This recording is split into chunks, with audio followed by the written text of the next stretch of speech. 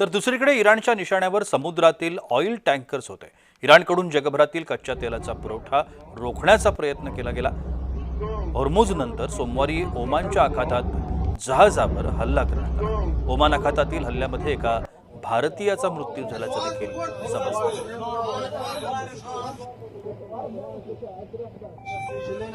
Two person inside her.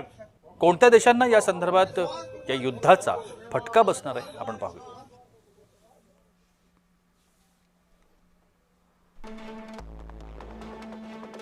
हॉर्मुझची खाडी Iran, UAE आणि Oman या संपूर्ण देशांना झळ पोचतीये।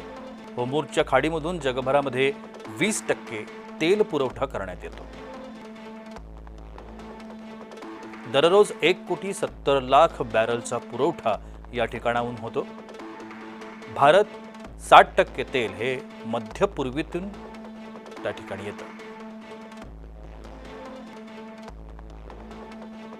40% तेल हे मध्य पूर्वेतून चीनसाठी सुद्धा जातं। -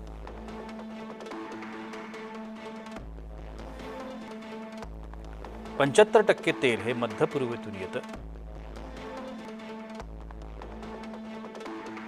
सौदी अरेबियाला सुद्धा 80 ते 90% तेल हे हॉर्मुझच्या खाडीतून निर्यात केलं जातं। पाकिस्तानला सुद्धा 90% तेल हे मध्य पूर्वेतूनच येतं। यूएईला 72% तेल हे हॉर्मुझच्या खाडीतून निर्यात होतं।